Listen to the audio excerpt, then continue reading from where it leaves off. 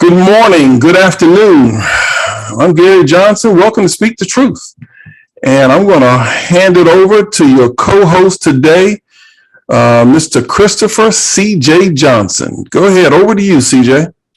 What's up, guys? We're back for Speak the Truth, and today we're going to get into some hot topics, some hot takes, and I'm going to swing it over to get us started with the man, the myth, the legend himself, the OG from Washington, D.C., Mr. Harold Bell. All right, thank you, guys. Thank you, and welcome to another Speak the Truth. And that's what we do here. Every Sunday, we speak the truth. Well, we got some hot topics today, and one of the big topics is one of the people that I most admire passed away. We didn't realize that he was sick, but when you start talking about Black men standing up to be Black men, you know, he was rare. And even though, you know, there was criticism, there always is criticism about being a token or anything else when you're out there like that and you're fighting for all people, but he included Black people in his fight. It wasn't a thing about going the other way. So let's run that a tape on our dearly departed, of course, the one and only Colin Powell. Hi, I'm Steve Clemens, and I have a question. What kind of legacy does the late Colin Powell leave behind? Let's get to the bottom line.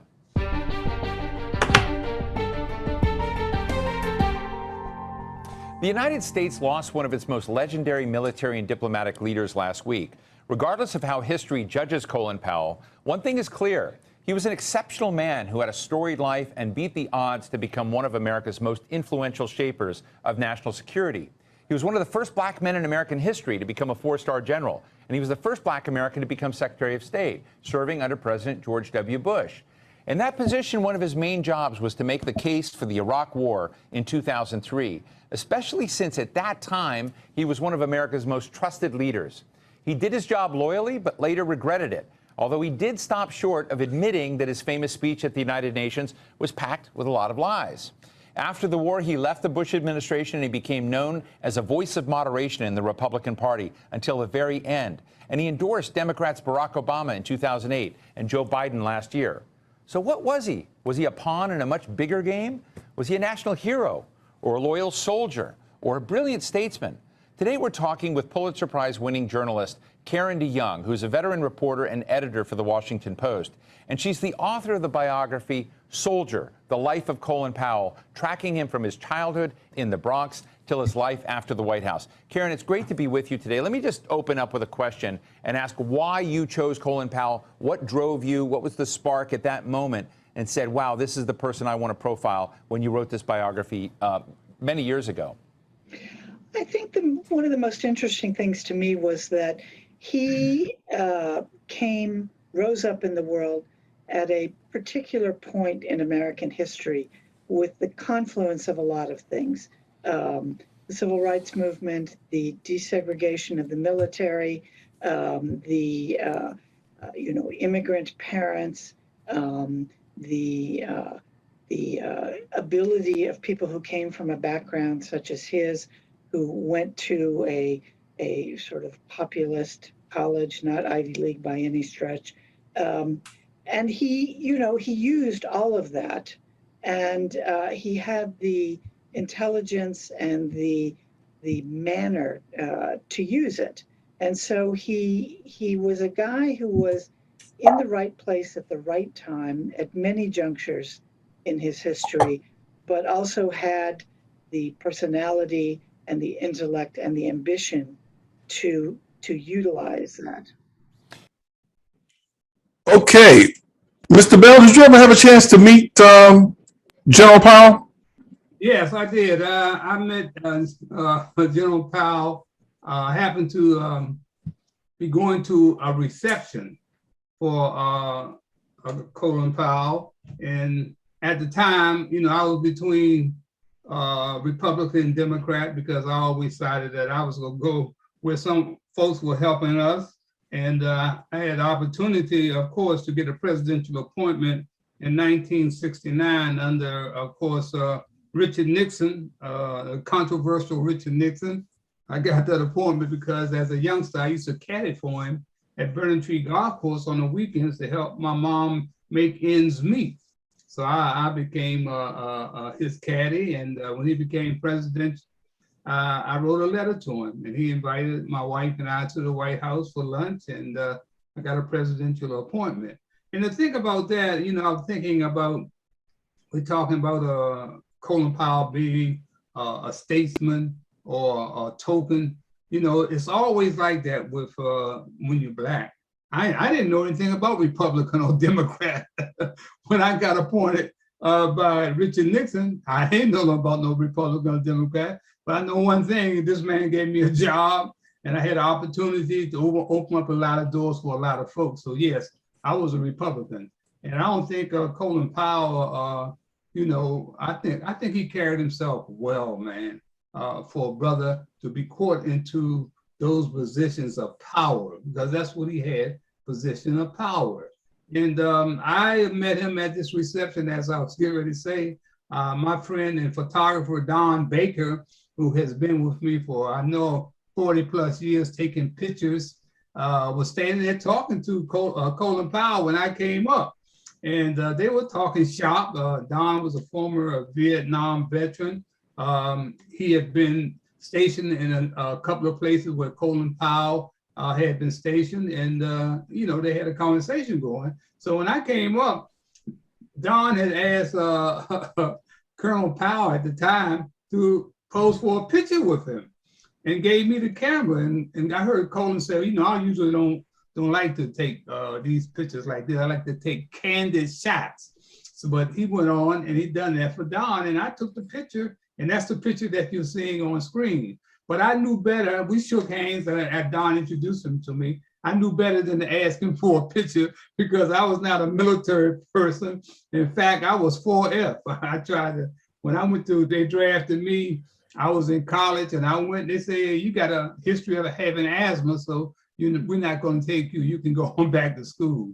But yeah, I had a chance to meet him then, and I watched him over the years, man. I was very impressed how he carried himself. And like I say, some folks got a problem that they thought that he might have been an Uncle Tom, a token. But we're gonna listen to the second part of that. But I'm gonna switch it over to Chris and get a young man's a version of what he thought of Colin Powell. And what is his legacy, Chris? I think our generation has quite a different, interpretation of that. I actually met Colin Powell once, and I'm sure he's a nice guy. I'm not, rest in peace and condolences to his family. But our main memory of Colin Powell, I guess, of people in my generation, is him lying us into the Iraq War on behalf of George W. Bush and an administration full of war criminals, like they kind of touched on in that video. And as much as I respect him, after the fact, saying, that it was wrong, and that speaking up against, some of the Republicans later in life, he did that when there were no consequences for him to do so. And there are still a lot of problems. So while I think it is fair to acknowledge, his accomplishments of being the first Black to do this and to kick down doors in the military, I think it's also very important to kind of mitigate that with there's a lot of issues in his legacy that I think are being brushed over as well. And I don't want to dunk on someone after they die and try to, point out all the negative things. But at the same time, just from our perspective as young people, his main legacy is lying us into that unconstitutional war that led to hundreds of thousands of dead, innocent people. And on behalf of George W. Bush and the Republican Party, which didn't start becoming racist when Donald Trump became president. There were issues before that. They might have been more respectable with it, but he still, was a tool for that administration. And so as I don't want to speak ill of the dead, but I'm also not going to celebrate an administration of war criminals, which is what he was a part of, whether, he regretted it afterwards or not. Okay, Trey. Hey, Trey, welcome back, man. Good to see you, Trey. What's going on, guys? All right, pick it up in there, Trey. So honestly, man, I don't really have too much to add to this conversation, man.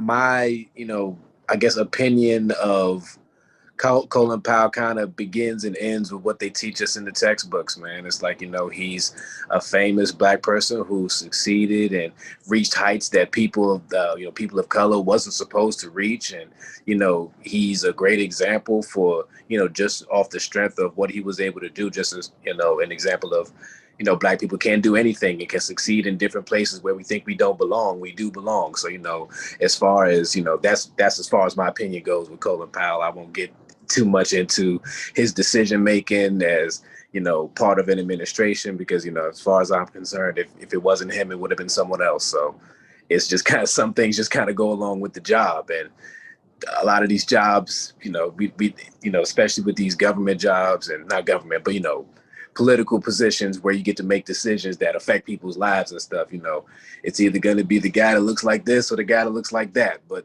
a lot of the same things usually happen regardless of who's making the decisions. But that's kind of where it ends and starts and ends with me. Rest in peace to Colin Powell, legendary man.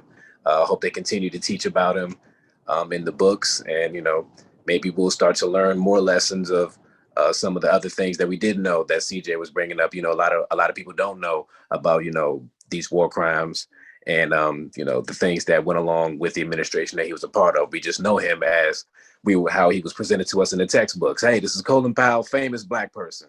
Respect to him. So, and I feel like a lot of people look at him like that, especially just the normal everyday guys, just, right on, Colin Powell. And, I would hope that he would be remembered in somewhat of a good light like that. Okay, Jacques.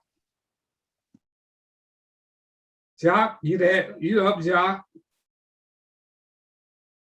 Okay, Jacques, we're gonna go to Michael. Hey, Michael, how you doing, my brother? Hey, doing great. First off, I want to disagree with CJ. There were consequences with him breaking with the Republicans later on in life, because you build these friendships and all that, and then you take a different opinion, you get ostracized sometimes. But let me say this, I read that autobiography of Colin Powell, and I think everybody needs to read that. But he was against that second Iraq war.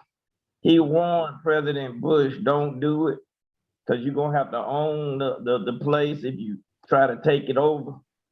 And Bush wouldn't listen. But one of the things about being a military person is, you kind of follow orders. So when he was Secretary of State, even though he had reservations about that intelligence they were giving him, he was a good soldier, so he followed orders. Obviously, he looked back later and wish he hadn't, but that's his first instinct to do that. But when he became, people don't realize all the different things he was involved in. He was involved in when they got Noriega. Of course, Noriega used to work with the U.S., so that's a whole nother story. But he planned that invasion.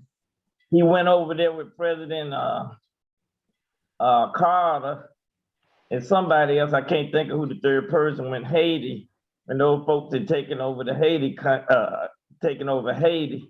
He went over there and got those folks out of there, those military folks that had taken over. He planned that first Iraq war. Pretty much he was the one that helped architect that. He did a lot of different things, but later on in life, when he started supporting these Democrats and all that, there are consequences. That's the reason some of these Republicans want to oppose Trump, is because they don't want to fall out with people. They're afraid to fall out with some of their friends and other folks. And so they're afraid to speak up. But Powell had never been afraid to speak up, because he told George Bush, look, you don't want to do this.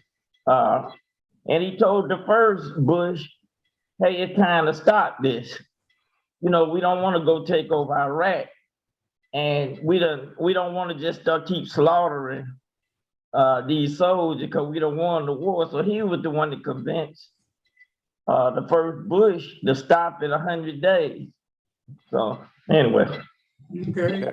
Can I jump in on that? Because I meant like consequences for the actual crimes, not like losing a couple of his friends in the cocktail circuit. I'm sure those are consequences, but I'm talking about jail time for invading a country that didn't attack us, and all the, like you said, the hundreds of thousands of innocent dead people that he lobbied against after the fact, or he might have been against. Like, I feel like more of like when you're talking about a hero, I think Muhammad Ali is more of a hero of saying, I'm not going to go compromise my values and go slaughter Viet Cong because you told me to, rather than someone who would compromise their values and say, well, I'm just going to be the good soldier and push for the unconstitutional, illegal, catastrophic war that kills hundreds of thousands of innocent people because I'm a good soldier.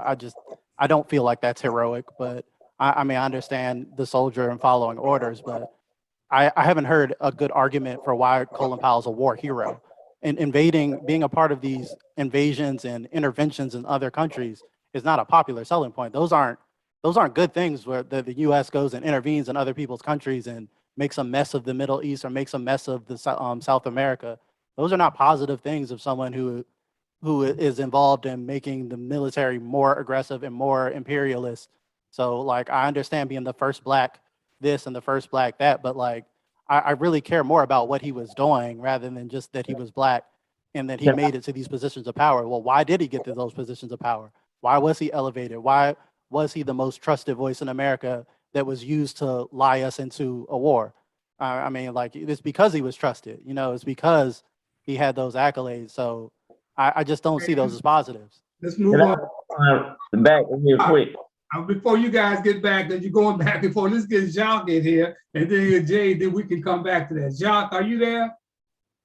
I am here. As a matter of fact, I was listening intently to the conversations, and I agree with what you all were espousing about Colin Powell. A very dynamic person, had a wide range of responsibilities and a wide range of criticism that he had to endure. We can't overlook the fact that he was definitely involved in some wars. He in some ways, I mean, he was a hero to some people, and other people, he was whatever the opposite is, a villain. But I've always I respect the fact that even though he was Republican, as I vote Republican sometimes myself, that he stood up as best as he possibly could. I still always feel, just for me personally, that sometimes our leaders, our black leaders, just don't be as black as I'd like for them to be. Right. And this is coming from a light-skinned dude, right? Everybody laughing over that one. I apologize, fellas, but us light-skinned brothers, we want, our dark-skinned brothers or those of a different hue to be a little black sometimes too. That's why I still wear cornrows, because I want people to know that I'm black. Okay. Gary, come on in. All right, I'll mute on that one. Okay. Here's what I want to do. I think we said enough about Colin Powell, but I want to talk about somebody else who's been in the news. Dave Chappelle. What is going on? CJ, what's going on with Dave Chappelle? It's still a fallout from his latest Netflix special. I don't remember if we touched on it last week, but I mean, he had some more controversial jokes for the trans community. And apparently Netflix had some trans employees organize a walkout and a protest of the special. I don't think they wanted to pull it down, but they had demands that were similar to, like, basically having trigger warnings before content that they deemed transphobic, and having like special funds for pro-trans content to match the funds of what they deem as anti-trans content. I don't really love the demands. I looked at the demands the other day. I think they're pretty weak, honestly. And I don't really think they have grounds to stand on to say take the special down, because it's comedy. It's making Netflix a ton of money, so they're not going to take it down off those grounds. And it's just the battle of, what is the line of jokes, the cancel culture, and what is appropriate in the space of entertainment and comedy, and how corporations are going to respond to it. I know 4 people who said they would have never watched the special, but because of the controversy, they watched the special. So I wonder how many other people are doing the same thing. Okay, I want to go back to Michael. Michael, take a minute, because I know you want to respond to CJ. Then talk about respond to David Chappelle and of course the LGBT controversy. Go ahead, Michael. Colin, if folk will remember, Noriega is the one, and of course he used to work with the government, but that's a whole nother thing I don't want to get off on. But Noriega dropped a lot of drugs off in Miami that hit the Black community. I know CJ doesn't like these wars, but Noriega was one of the biggest drug dealers in the world, literally, outside of some Colombians and stuff, and he used to work with them. And that stuff is poison the Black community. And just so I don't have any sympathy for the fact that the U.S. invaded and got Noriega out. But secondly, Powell, again, I'm going to say this. He was totally against that second Iraq war. He kept telling the president, don't do it. But George W. Bush was going to do it regardless. What anybody said, he had Cheney in his ear. So he was going to invade Iraq no matter who said what. And that's what he did. Now, it takes a big man, though, Powell, when he did that presentation to the UN, it takes a big man to admit you made a mistake. And obviously that was a serious mistake, but rest assured, George W. Bush was going to invade Iraq. No matter if Powell had said, look, I'm not going to make this presentation, he would have been fired and Bush would have invaded Iraq. And maybe Powell was thinking if he stayed around, he could halfway keep President Bush under control. I don't know. But now as far as Chappelle, and me and CJ gonna totally agree on this. Chappelle has made a lot of money for Netflix. If you remember that lady on the park, because I can't think of the heavyset lady, she got mad at Netflix because Netflix was giving Chappelle and these other comedians all this money. Monique. To make like 500,000, they were making millions. She gets upset saying it ain't fair. They love Chappelle because he makes them a lot of money. And as CJ said, this is comedy. And sometimes comedian can be very, very rough, especially if you go to one of those comedy clubs and you have to be sitting on the front row and they see you. It can get real rough. Somebody like Don Rickles, and that's for the older group, but he wouldn't survive in today's culture because they would cancel him. He'd be banned from everything. All the stuff he used to say about everybody. And the audience would be laughing. He talk about Black, Chinese, anybody. He didn't care. But he wouldn't survive in today's cancel culture. He just wouldn't. And Chappelle really doesn't care because if y'all remember, he walked away from $20 or $30 million. 50 million. 50 million.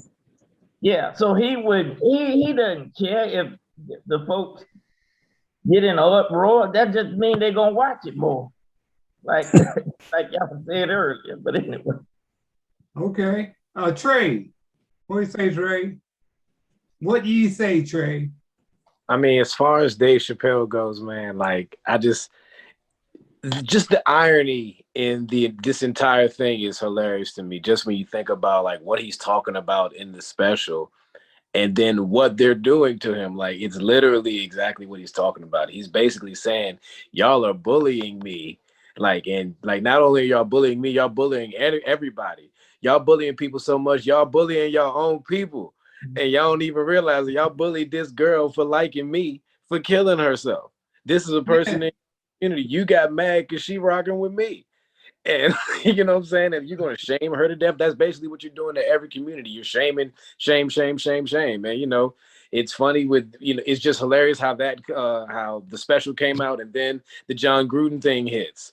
Where, he's talking about Black people. Well, that was just how it was. It's not a big deal. He's still a good guy. We should just let it go. And we shouldn't think about emails from back in the day.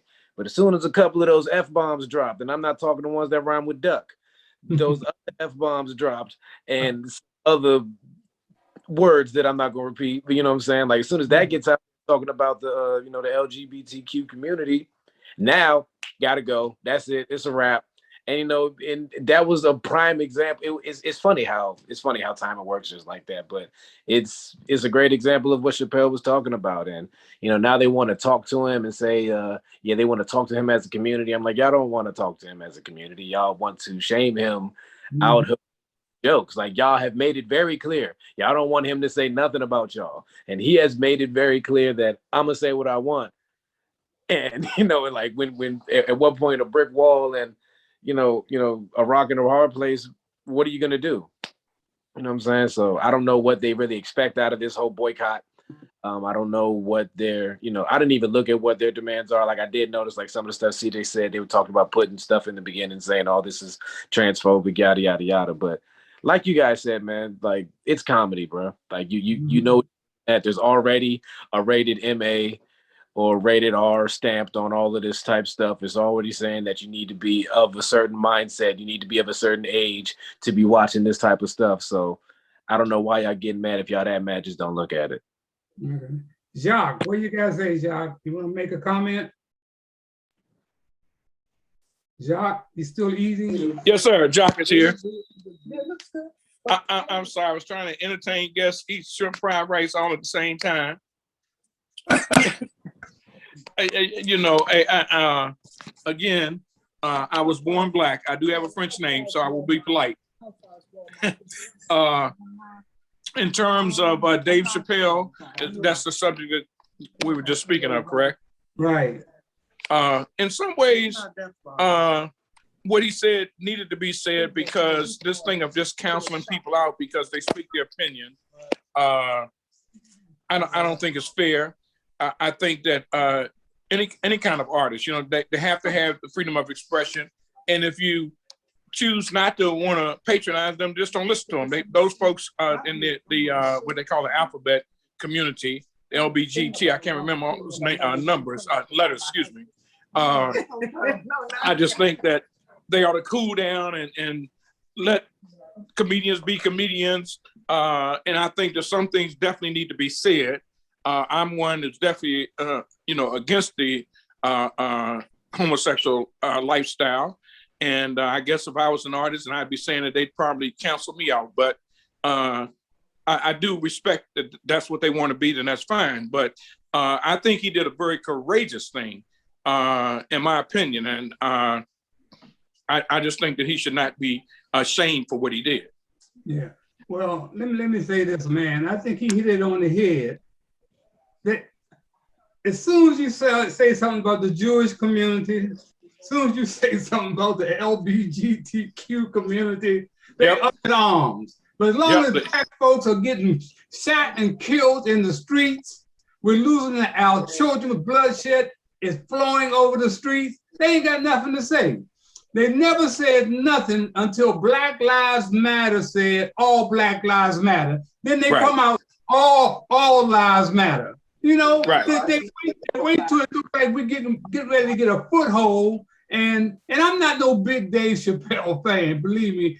His father and I were the best of friends, and when we came, but he's just like that other guy. That's a Hart. That Hart. I don't think their jokes all that funny to me. I really don't. Kevin Hart, and they make it really. I find it hard to laugh at Kevin Hart. I do. I laugh at Shaq more than Shaquille O'Neal than I do Kevin Hart.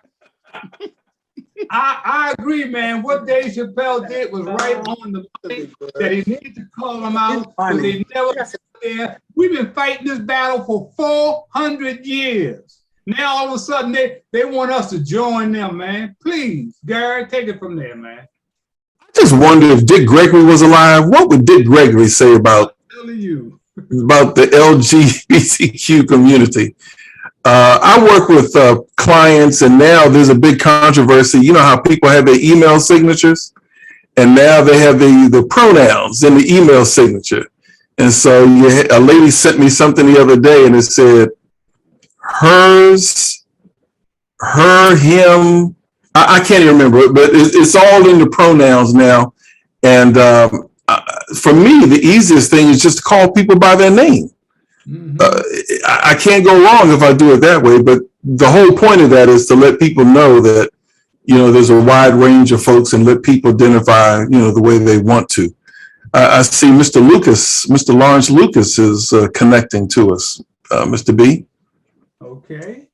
All right. Let's move on to something that really caught my eye, was that police foundations are funded. I think we touched on this last week, by corporate America.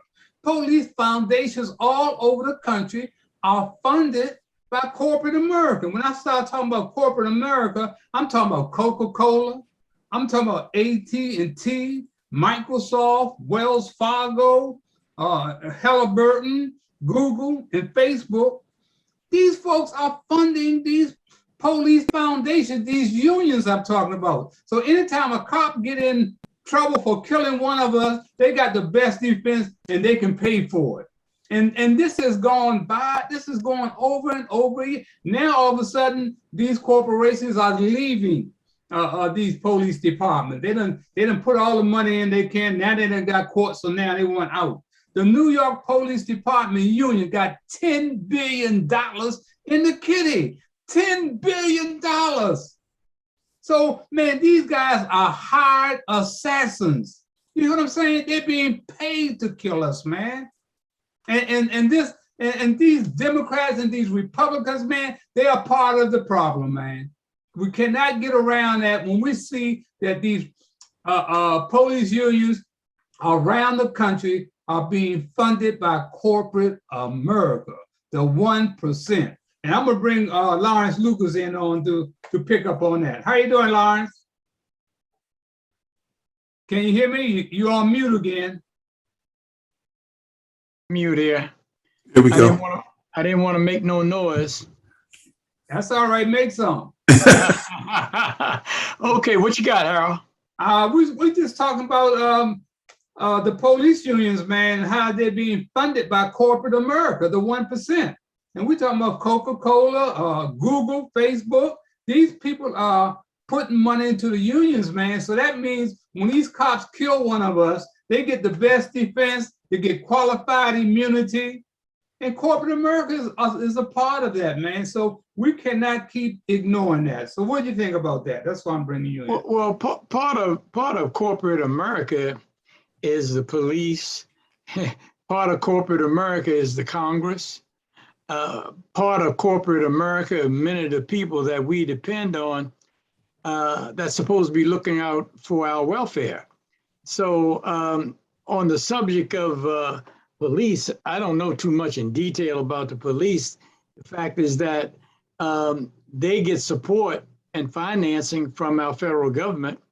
And if not for the court system, if not for our lack of and the inertia that exists on Capitol Hill to rein these people in, nothing's going to happen. It's the fox watching the hen house. Mm-hmm. That's the way I see it. Okay, that makes sense. CJ? Yeah, it's not very surprising. I mean, don't you remember a couple of years ago when Democrats dressed up in kente cloth and took a knee, and it led to absolutely no legislation and no criminal justice reform? That's what happens. It's all performative until, money is involved. Money is the only thing these politicians are responsive to. We're watching it happen with the infrastructure bill. We have a coal baron from West Virginia that's blocking all clean energy. It's all about money. It's never not been about money. So yeah, this is again why the police can kill us with impunity, and why there's no consequences for anything, because they have all the money and the interest behind them. These activist groups don't have the money to compete with what you said, these huge corporations who are bankrolling their interest, and their interest a lot of times coincide with maybe keeping Black people locked up, or maybe keeping low-income people here, maybe redlining here or there. So it's nothing new, just America being America. Mm-hmm. Trey? I don't really have much to add to this one either. I kind of want to hear y'all speak about it. Okay, I'm going over to our attorney, our district attorney, Michael. Michael, what do you think about this? Not only are they getting money from the federal government, but they're getting money from corporate America, man, to do whatever they want to do. How do you feel about that, Michael? The police unions and the police are really kind of two different entities. We all need police to protect us if something happens. what happens a lot of times with these unions, whether it's the police or the teachers, is their main selling point to their members is, hey, if you get in trouble, we'll provide you an attorney. That's the main selling point. And sometimes these unions, whether it's the police department or the teachers, some of these unions automatically make you become a member, whether you want to be or not, because that gives them political clout. The more folk they have, and the more folk they can tell how to vote a certain way in a community, whether it's Republican or Democrat. And so, you know, that's been a big issue. One of the big issues is, do you have the right as a police officer or a teacher to say, look, I don't want to join that particular union because I don't agree with what they stand for. But then you get the other thing is, hey, if you ever get in trouble, we're going to provide you with an attorney. And as y'all know, attorney fee can get kind of expensive. And so when an officer is involved in one of these police brutality cases, if you'll notice, 99% of the time, they have a very expensive and very good lawyer. You hardly ever see a police officer when they get in trouble, they have some nobody. A public defender. I'll get a public defender. Exactly, or a public defender. You know, just pay attention. And I told you weeks ago about how Huntsville funded that police officer that got convicted of murder. After they gave his attorney fees, his lawyers $150,000. The city of Huntsville, Alabama, wow. $150,000 for his defense. And then after he got convicted, he stayed on there for weeks. They kept paying him. And everybody was in an uproar, the news, everybody, why would you have a convicted murderer still on the payroll? And so the main thing with to convince these officers and teachers, if they have a choice to be a part of the union, if you're gonna get a good lawyer, a good attorney, especially the police officers. Now the teachers, maybe not, but police officers, just pay attention to that. They always have a high-powered attorney when they get in trouble. Mm-hmm. Gary? Well, what's the solution? What's the solution to breaking that up? Because you're right. I never see a police officer who's in trouble with some matchbook attorney, somebody who just, some public defender. They always have, they're really represented. So what's the solution? Well, I think the solution is that we need to come up with, man, we need to involve more civilian on these like these internal affair boards, man. We can't keep allowing the police to look into their own corruption. This is what they do. Yeah. That internal affairs represents them. And I've been through it with my brother, man. It's internal affairs is about the police. We gotta get more civilians involved in sitting on those boards, man, and have a checks and balance system. That's what we need. Because if not, we're gonna keep going, hitting that same wall as we've been doing for the past 4 decades or better, man. We got to have more civilians involved. And we got to put our own people on those boards and stop some of this stuff. That's the solution. Do we have to educate our folks as to the importance of these boards so that they understand that, man, this is where change for us is really going to happen? Yeah. I'm just wondering if we have to have more of an education campaign to let folks know, man, this is not a light duty. If you're going to be on one of these local boards, this is important for people in your community, and it could mean life or death. That's right. Jacques? Where is Jacques? I see you out there. We got you on camera. Jacques? Hey. Oh, yeah. Yes, sir. No, I'm here. I'm here. Yeah, you have anything to say about these police departments and how well funded they are and how the unions run everything? Well, I think it just goes to prove that some of us have been right all these years, that a large portion of the police has been owned and are dictated to by the powers that be. There is a such thing as powers that be. That's never going to stop anytime soon. It's probably going to get worse because there's more and more money that's being made by the top 10% or 1% of people in this country, and they want to control every single thing that they possibly can in our lives. And I don't know that it's ever going to stop. The same thing with the programs that President Biden is trying to get through that's going to benefit the masses. I don't know why these people think that you can go around and destroy people's lives and their freedoms and think that you're going to always be shielded because you're in the top 1% and you have so much money and you can hide behind a gated community and what have you. So it's just so much. I mean, I go on and on and on, but I firmly believe that it's wrong and that those policies should stop being funded to our police departments throughout this country, without a doubt. Mhm.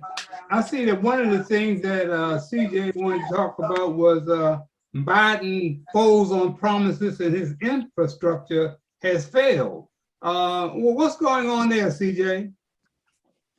Well, they've been having negotiations. This is Biden's big infrastructure bill. This is going to be, whether or not he gets this done is going to really affect the midterms. This is going to be the big accomplishment that whether if he can pull it off, he can actually help people. The media's kind of had a malpractice in covering this bill because they're covering it only in terms of cost. But most people, if you poll people, don't know it's in the bill. There's a lot of great things that were in the reconciliation bill that they proposed, including free community college, a child tax credit. There's 12 months of paid family leave and things like that, things that will materially help the American people and help their lives. But because of Joe Manchin and Kyrsten Sinema, two corrupt members of his own party, instead of putting pressure on them, he's decided he's just going to take all the popular things out of the bill to appease them. So Joe Manchin, who makes corrupt money, his daughter just got caught in an investigation for corruption for a coal company in West Virginia because he makes money off dirty oil. He still has stakes in those companies and still directly profits from dirty coal in West Virginia. And he says no environmental regulations in this. So there's going to be things in there to combat climate change, keep our planet habitable. But those are going to have to be taken out because Joe Manchin makes oil money and is corrupt. Kyrsten Sinema, similarly, she recently took nearly $1 million from Big Pharma, and now she's against lowering prescription drug prices, something that over 90% of Americans want, lower prescription drug prices. The Democrats can't get that done either. And now they're finding more things to strip out of the bill. The popular things, the things that poll the most popular, that people want the most, are the things that they're currently stripping out of the bill to appease the most corrupt members of their party. And then they're going to go into the midterms and wonder why the Republicans are doing so well, because they made a bunch of promises. Some of these were direct promises out of Biden's mouth. And there are some things that he doesn't even need to do in this bill that could help people directly that he still hasn't done, that he refuses to answer why he won't, including student loan debt. He said he would cancel $50,000 student loan debt. That went down to $10,000. And he was asked recently about student loan debt forgiveness. It's off the table for some reason now. It's just, we don't have time. It's not important. He said he would decriminalize marijuana and release all the nonviolent drug offenders. Said he would do it, but now apparently he's too busy. It's not enough time. And then they're getting angry at people in DC for being, for putting pressure on Biden, saying, okay, you promised this, what happened to this? Well, aren't you guys happy that he's not Trump? Yeah, but we also, what else are you going to do other than physically just not be Donald Trump? I mean, that's great, but you made some promises. If you weren't going to, come through, then maybe you shouldn't have promised them to your voter base, because they're going to put you on the hook for that in the midterms. And right now, if Donald Trump decided to run again, he would have a very good chance of winning if he ran right now. In fact, hey, Lou, give us a brief summary on what's happening with the black farmer as we're talking about politics right here. What's the latest on the black farmer and how there's been no progress there? Give us a brief summary. Well, I think CJ gave a very good analysis of what's going on as it relates to the bill in its present state. The problem I have is that we had a bill.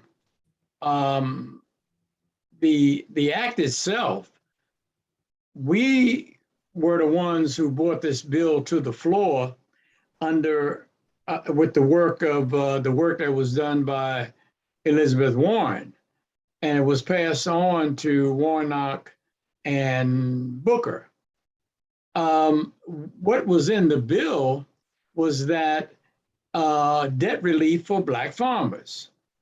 That's what we fought for during the administration, during the transition period, and we were fighting for it, and we're still fighting for it today. But what they've done is they've made it so that white farmers and others are going to get paid, and Black farmers are only going to benefit 2% out of all the money that is coming out of both 0001 and 005. Now, what I'm saying to you is that the House Ag Committee and the Senate Ag Committee, run by Democrats, were supposed to see to it, and we've been fighting in the trenches, saying we want that bill to read so that Black farmers will get debt relief. So they said, well, we didn't want to do that because it was it's not race neutral. I said, okay, so our group worked out and came up with a definition that would include Black farmers. That means any farmer that would have a discrimination complaint and then covered also under underserved farmers. That is in 006, but so that Black farmers wouldn't get paid, they took it out of 005, which is a part of the bill itself. So what I'm telling you is that you can't depend on Democrats, and you can't depend on our so-called leaders in the House, as well as the farmer advocates who are now saying that's fine. I was on a call the other day, a couple of days ago, Thursday, I think it was, and they were talking about this equity commission. This equity commission is nothing but a smokescreen to do nothing. And they got these equity commissions set up in all the agencies. We don't need any more investigations of the U.S. Department of Agriculture, their racism, their sexism, and other abuses, and denying Black farmers the benefit that they give to white farmers every day. So the bottom line is that we're still in the trenches, and we're still demanding, even to this day, and come tomorrow, we will be talking to congressional representatives from Warnock's office, as well as Cory Booker's office, about what is the status of the bill based on where the Congress is now, and why haven't the definition that we came up with that would include 95 to 97% of the Black farmers, where is that statement in the bill itself? And what if it's not in there, why haven't you all done something to put it in there? So that's where we are on that. So we're fighting, trust me, we're fighting, people say, well, who are you going to vote for? This stuff that you got to vote for somebody that you don't like, what we have been able to benefit is from the fact that we have a choice of voting or not voting. In other words, staying at home. And I say there's going to be a reckoning come 2022 for the Democrats that are going to be running. And CJ is right. Why should we go to the polls and vote for someone who don't have our best interests? Mm-hmm. Well, and I keep saying this nonsense that you have to vote don't fly with Lawrence Lucas. It don't fly with a lot of Black folks, because we saw during the last election, we saw many of the Democratic seats in Pennsylvania went to Republicans because Democrats, young Democrats and other Democrats in Pennsylvania didn't vote. I say that's going to happen again. Mm-hmm. Well, let me say this, man, while we're right there on that subject. This is something that I'm quite sure all of us are aware of. what's going on in Virginia right now with Terry McCullough and this guy, Glenn Youngkin, man. Let me tell you what's going to happen. As Virginia goes, so goes the Democrats. So goes the Democrat. If Youngkin pulls off this thing in Virginia, man, Trump, 50-50 chance he's going to be back in office. And we don't realize what we see that's going on, man. I don't know why we can't pick this up. I know we're kind of getting down to the deadline now, but I want to get some of y'all's opinion on what's going on in Virginia with Terry McCullough and Youngkin. And I'm going to tell you what the dog whistle is to me. The dog whistle is, what's that thing called now? A CRT, critical, what's that thing called? It's all about race, man. Critical race theory. Yeah, that's right. All about race, man. The dog whistle is all about race, and we're not picking it up as usual. Come on in briefly. Come on, Michael. Come on in. Tell us what you think of that. Well, I think I'm agree with CJ on this too, that the Democrats have to be more than anti-Trump. They have to have a message. And that's been the problem, it looks like, in Virginia, that the guy running for governor that was governor before, all he says is, hey, I ain't Trump. Right. You're gonna have to come up with some ideas. And that's how you motivate people. With Trump not being in office, it's harder to motivate voters to say, hey, I'm not Trump. You have to have a message that appeals to folks and young folks and other folks and everybody, put a coalition together and get folks excited to vote. When I first got elected, I ran against the incumbent, and we didn't have any black district attorneys in Alabama. And that day in my 5 counties, it rained and rained and rained. So I was scared to death that folk were gonna stay home. But they came out in mass force because of some racial incident that the district attorney's assistant DA made used the N word, and it got caught on audio, and Associated Press got a hold of it. And so, despite all the rain, folks came out and voted, and I won. But it had to be. You got to motivate. Folks have to be motivated to go vote. That's what I'm saying. And this, hey, I'm not Trump. That's just not gonna be enough. He's gonna have to come up with some better strategy than that. And as much as I like President Obama going out and Obama's campaigning for him, Obama ain't the one on the ticket. This guy running for governor he's gonna have to come up with some ideas. Yeah. Okay. Trey, you want to comment on that, Trey? Okay. Jacques? I totally agree. McCullough has to come up with some ideas. He's uncharismatic, if I'm pronouncing that correctly.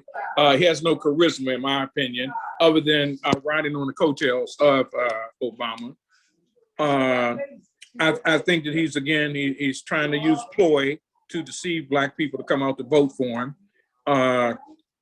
And there was definitely is going to be a whole new everything in America if, in fact, Youngkin pulls this off in Virginia. And they're saying that it looks like it's going to happen more and more. And where Youngkin got all this money to run, that both of them really, raised a whole lot of money that they're running ads. I mean, when they go to commercial break on the news, sometimes you'll see 5 ads and 4 of them are for those 2 candidates. And I'm like, wow, so that tells you there's a lot of money, there's a lot at stake. And you said 50-50 chance of Donald Trump getting back in.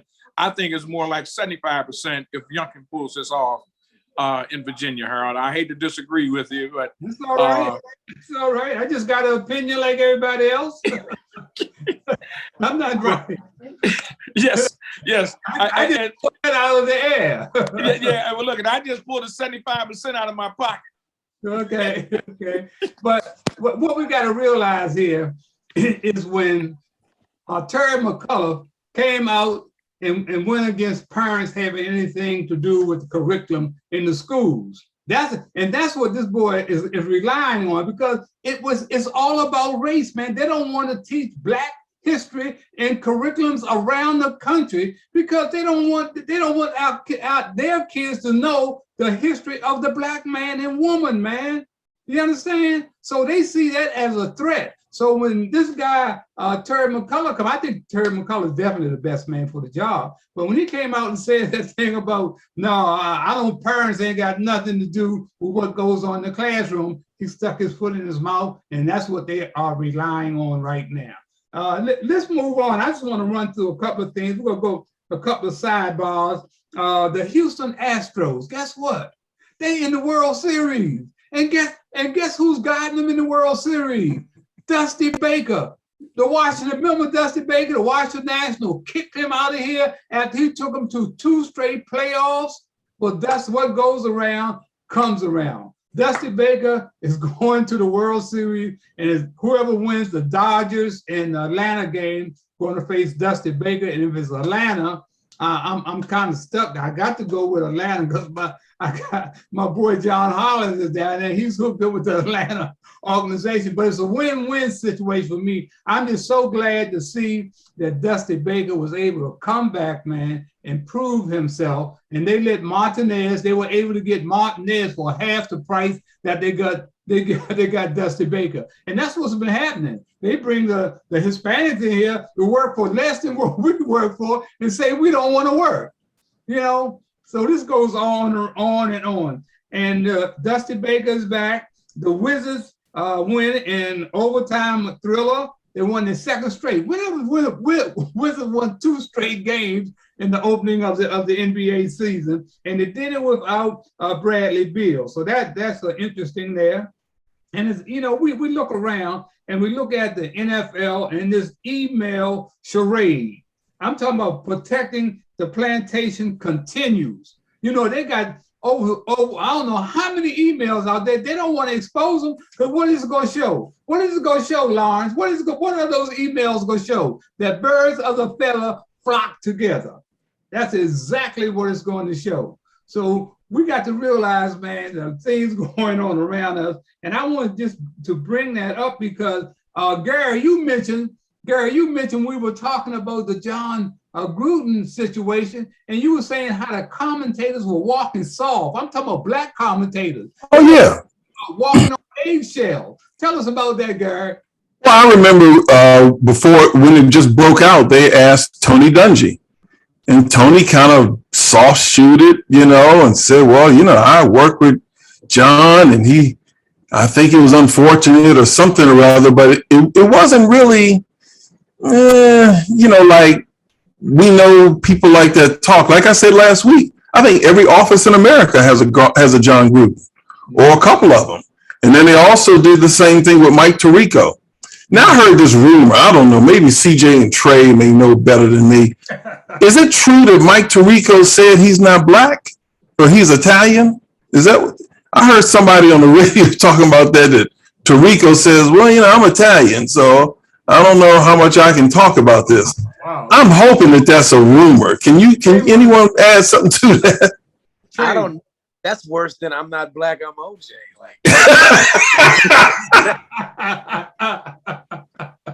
I have a with that right now, actually. I hope that's not true. I hope not either, man. But he was soft. He was I thought he was a little easy on Gruden because they used to be co-workers. You got to just call it like it is. Yeah, man, you got to. Okay, real brief. Come on in here, CJ. Come on in. We got to keep moving. Come on, CJ.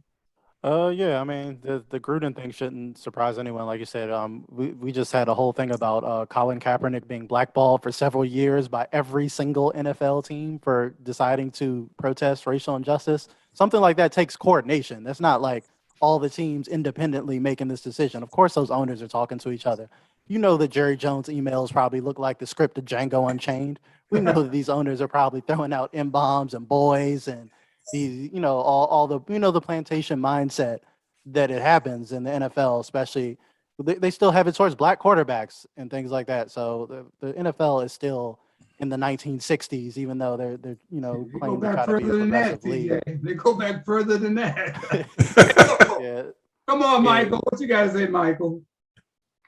Well, this is just my opinion. I don't see how Gruden got $100 million contract anyway. Man, $100 million contract. Unbelievable. The guy took Tony Dungy's team to the Super Bowl and won one time. Mm-hmm. And anything since or before. And I just don't get it. Somebody please explain how this man got $100 million contract. It's because he was in that inner circle. Like we said, birds of a feather flock together. John Gruden, he was on Monday Night Football. He was a coach, and then he branded himself as this, the QB school, this guru. It was more branding. It was brilliant, like you said, because of his coaching accomplishments don't add up to $100 million for 10 years. Like, he's not out there throwing passes. He ain't tackling nobody. You give him $100 million. But again, he branded himself, and then he's up there in those top-notch NFL circles. He knows the owners. His relationships he's probably built from ESPN and Monday Night Football and being a coach. So yeah, he's in the club. Hey, Gary, I want to run that piece back on Colin Powell, the second part. I think you guys need to hear this on Colin Powell. I want to run that second part, Gary, on Colin Powell. Okay, let me pick it up from 3 minutes. Pick it up from the 3 minutes. Okay, hang on 1 second. Let me pick it up. You guys need to hear this. All right, let's see here. Let's go. I've got an update on Mike Tarico's Blackness, by the way. Oh, what is it, real quick? Okay, go ahead. What is it? What is it? Go ahead, Trey. Some black group invited him to come speak, and his response was he doesn't mind speaking, but he also lets them know a fact of his life. He's not sure he's black. When people go around and say, you're black, well, I don't encourage it, but by the same token, I don't back off of it. If you want to call me that, that's fine. But in my whole family, there's nobody I know who is black. Wow. Okay. Okay, can we come up with Colin Powell? Yeah, let's see. I think this is where you want to run. Around him to want to promote him. What was the moment, I guess, what was the breakout moment for Colin Powell? What was the moment that everyone said, aha, we want to make him chairman of the Joint Chiefs of Staff. We want to make him National Security Advisor. We want to make him Secretary of State. We want to consider him, and I mean, people may not recall this, but he was a potential candidate for President of the United States running in a third party or as an independent. And I remember President Bush's team being nervous about that prospect.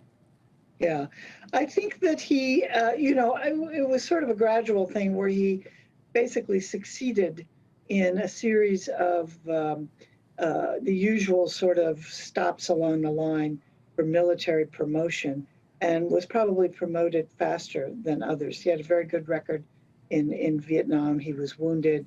He rescued his commanding officer from death. And so by the time he went to George Washington University and got a master's degree there. And he then applied to be a White House fellow.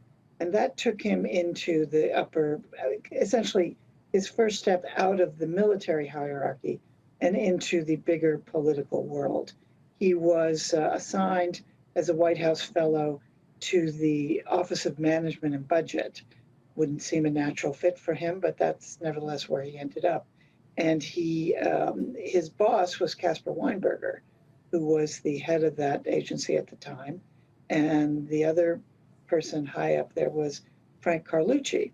And so when Weinberger became Ronald Reagan's Secretary of Defense, he thought of bringing Powell, still in the military, to be his chief military aide.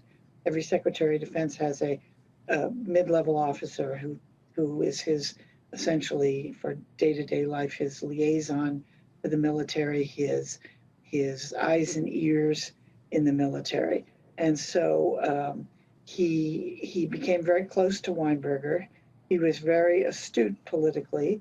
And by the time that Carlucci became Reagan's Secretary of State and was looking for someone to be his deputy, he went back to Powell and said, come and be my deputy. Carlucci later left that office, and Powell became Reagan's sixth and last national security advisor. Wow. What We think, B. we missed a part there where Powell told a group, and she said he might have been talking tongue in cheek. He said, I'm not all that black. He said, I'm not all that black. And she also said that white folks felt safe around Powell.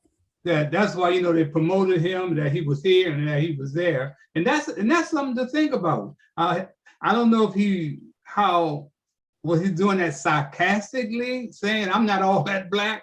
And were white folks did they really feel safe around Colin Powell, or was he just a great politician? He was very astute, as the lady from the Washington Post said. Come on in, Luke. Maybe he was Italian. The last part of it. What do you think about that part of Colin Powell there? I think Colin Powell was an astute politician, a politician that was a black person who had been educated enough to know and understand what racism is really all about. And I think he prepared a path for himself through the bureaucracy that ordinarily would deny a black person all the power and the authority and the titles he had. He was able to work through that. And I have to give him credit, because even after all of that and doing that, the period of time that I was looking and hearing Colin Powell, he never gave me a feeling that he didn't care about black people. So I say that just like white people were comfortable with Colin Powell, I was too. Okay. Michael, let's take a minute, guys. We gotta get out here. Michael, come on, Michael. Let's hear what you gotta say. I totally agree with everything he just said, because Powell talked about all the discrimination he faced in the South when he got stationed down in the South. He never shied away about talking about what he had to endure on his way up the ladder. And he always made himself available to black youth and organizations and stuff. And so he never shied away from going to speak to young blacks in schools and in the inner city and that type of thing. So you knew Colin Powell was black, but when he was around whites, he just didn't say, hey, I'm a black man to them. He was an astute politician, and he probably was joking if he said whatever that was being said. But Powell could be in any environment, whether it was blacks, whites, middle class, upper class, it didn't matter. He could be in any environment because he knew people. He was an astute person at judging people. And so, he's somebody to be admired for the most part. Okay, Trey? Trey, you have anything to add, Trey? I mean, I'll just put it this way. Say whatever you want about Colin Powell, but shout out to Dave Chappelle. If he did the racial draft again, I would still draft Colin Powell. Okay. We might not draft Mike Tarico no more, but okay, Jacques, come on, Jacques. I won't add anything except for I just appreciate all of the varied opinions and synopsis of all the subject matters that have been discussed today. Okay. All right. You know what? I used to work for 4 assistants to the president for national security affairs before Colin Powell took that job. And so there's kind of a fraternity of people who work in the West Wing. And after I left, he came in and took the job. I wasn't on the staff anymore, but I have to agree with what I've heard. A, astute politician. B, not once did I ever hear that he did not care about Black people and that he would put himself out there. And it doesn't surprise me that white people felt comfortable. He was a consummate professional who knew what the hell he was doing. So it wouldn't surprise me, because when I was on the staff, I was like the only Black person on the West Wing staff on the National Security Council team as well. And I'm sure people felt comfortable with me because I was just doing my job. So I'm not surprised that because he was competent, or else he wouldn't have been there. I want to add, if we got time, I would like to add to that. The example and the model that I use for an agency and a leadership that went into an agency as racist and as divided and as sexist as the State Department, he went in there and turned the Office of Civil Rights upside down. Instead of having the Office of General Counsel controlling the process, he hired, I can't think of her name right now, he hired a white woman to come in there.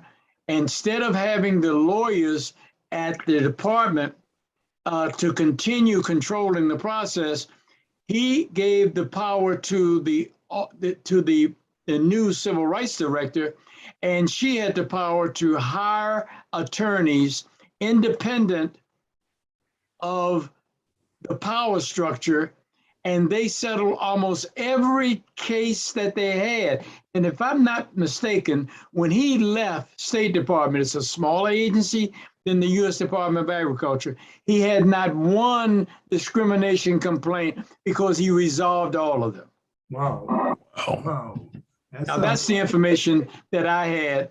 And the young lady's name, because I invited her over to USDA to talk about it, her name was Barbara Pope. Okay. All right, CJ, you got 60 seconds. Yeah, I think Colin Powell was a savvy politician. You have to be a savvy politician to navigate, to be Black and to navigate to get where he got and to, get into those positions of powers and to be respected by the range of people that he was respected by.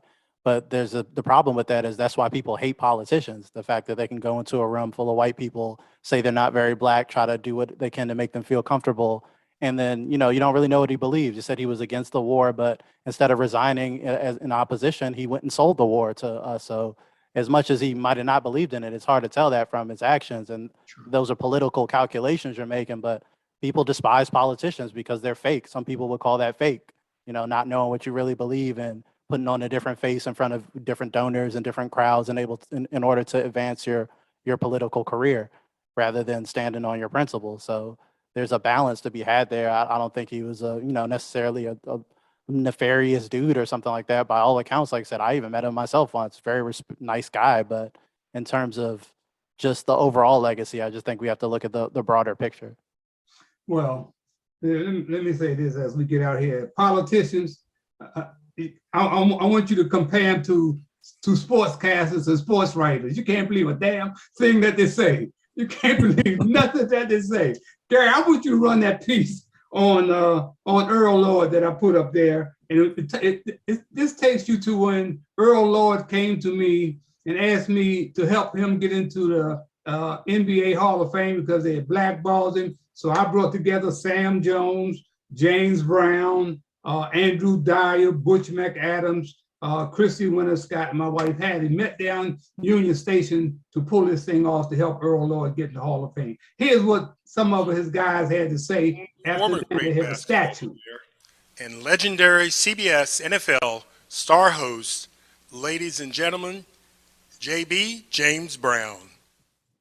Hello, I'm James Brown, and certainly there is so much to cheer about the phenomenal success of Mr. Earl Lloyd, the many firsts that are synonymous with his name. The first African-American to play in an NBA game back in 1950, the first African-American player to win an NBA championship, the first to be named an assistant coach, and the first to be named a bench coach or a head coach. And he is in the Naismith Basketball Hall of Fame, and he's been recognized with so many other awards. Clearly, he was a trailblazer in the truest sense of the word. And it is proper for us to celebrate him not only for the door that he opened for the legions who would follow him, but indeed for his example, not just in the NBA, but also in the most important game, and that is in the game of life. And I honor not just Earl Lloyd, but his mother, who inspired him with the strength, resolve, and confidence to deal effectively with the challenges and the people who were not cheering him on in overcoming barriers, those who did not embrace him. Her encouragement when he was the only African American in the NBA is just as relevant for today. She memorably asked Earl Lloyd, quote, "Are people still calling you demeaning names?" And he said, "Yes, ma'am." And she said, "Well, make them be quiet." And again, he said, "Yes, ma'am." And he did just that. And I don't think Earl's mom would want us to be quiet today as we rejoice about the perseverance her son modeled, the barrier breaker that he indeed was, and the excellence that characterized all that he did. Indeed, Mr. Earl Francis Lloyd made his mom and all of us very, very proud. We are honored Okay, guys. to have with us today Okay. the commissioner. You cut it right there. We don't need to go no further. I just wanted you guys to see that. And you heard that James Brown was one of the people that I called down to Union Station along with Sam Jones and others to find out a way to campaign successfully to get Earl Lloyd into the NBA Hall of Fame. Of course, I went out and brought on the team, Red Auerbach, Dick Heller of the Washington Times, outstanding sports columnist. And I went and got John, the guy, Congressman John Lewis, to join the team to get Earl Lloyd in the Hall of Fame. I had James Brown down at Union Station. He agreed to co-host with Sam Jones the tribute that we were going to be putting on during NBA All-Star Weekend. Well, we did an Earl Lloyd Day in Alexander. Then we brought Earl Lloyd back to the caverns, the Bohemian Caverns downtown, where Sam Jones and James Brown was supposed to co-host. James Brown was nowhere to be found. Nowhere to be found. And when I saw him, he said, Harold, I didn't commit to that. Now here's this brother, man. He go on whatever that video and talk about Earl Lloyd. You could tell he was reading. He didn't know Earl Lloyd. So why would you put your reputation? He must have thought I was dead. He said, Harold dead and gone. I can go ahead and do this. But that's the kind of thing, man. These guys just kept telling lies over and over again. Michael Wilbon, Stephen A. Smith. They just like politicians. Whatever they think they can get away with, that's exactly what we do. I just want to, as we go out here, I want to remind you guys, there's a protest going up on Howard University right now of students protesting about living conditions, living with rats and roaches on the campus of a HBCU, one of our most proudest HBCUs, man. This is 55 years after Muhammad Ali, where I met up on the Howard University campus in 1967. And we got these kids paying almost $50,000 a year, man, to go to these black schools, and they got to live like this, man. We got hypocrites talking out both sides of their mouths. And Gary, I wanted to tell you this too. The column that I did on Facebook, racism and corruption. When I put it up on Facebook, they say Black Men in America page couldn't be found. I'll see if I can fix that today then. Yeah, they say the page cannot be found. Hey guys, I thank all of you, man, for CJ and Lawrence, and of course Michael and Trey and Jacques, man. Thanks for taking time out to be here on Speak the Truth, because that's what we do, man, and hope that we may make a little dent somewhere as we move along. Remember that every black face you see is not your brother, and every white face is not your enemy. And remember, you cannot soar with eagles when you hang out with chickens. Be safe, everybody. I might try to ask Mike Tarico if he wants to come on, Okay. Give Stephen Italian Men in America. Yeah. Him and Stephen A. All right, everybody, be safe. Thanks.